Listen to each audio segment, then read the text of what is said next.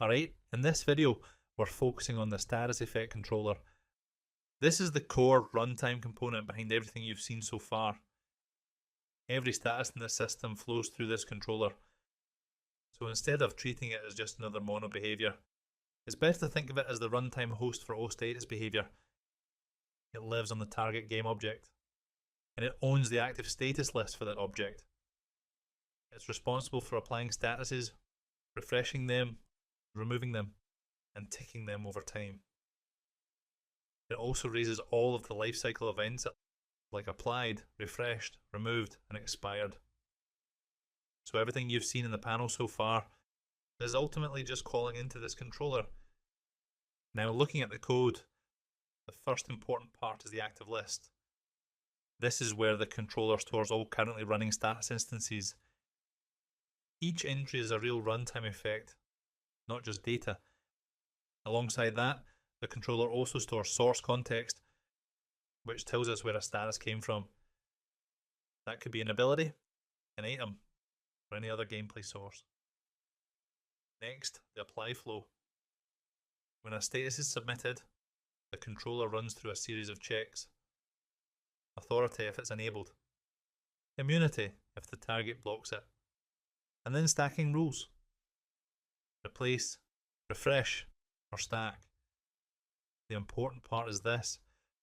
The controller decides what actually happens. Not the panel, not the aura, and not the caller. They all just submit requests. Now let's look at the update loop. Each frame, the controller ticks every active effect. It passes in a time delta, and the effect updates itself.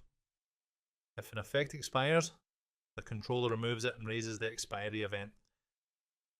Time progression is entirely owned here. That's why things like pause, unscaled time, or custom time sources work cleanly. The controller also exposes utility methods, things like removing by ID, clearing all statuses, cleanse by tag, or dispel by type and tier. Again, everything goes through this layer. Another important part is recomputation. The controller can recompute potency, or recompute durations. This is how things like auras or resistance changes affect active statuses. We're not destroying and rebuilding effects, we're updating them in place. Finally, it's important to understand what this controller does not do. It does not manage health. It does not move characters. It does not handle networking. And it does not define your gameplay rules. It simply manages status lifecycle and state. Everything else plugs into it through interfaces and adapters.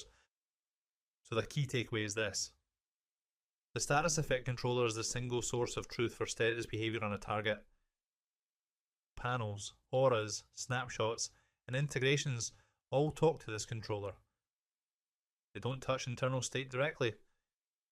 And that's what keeps the system predictable, extensible, and easy to reason about.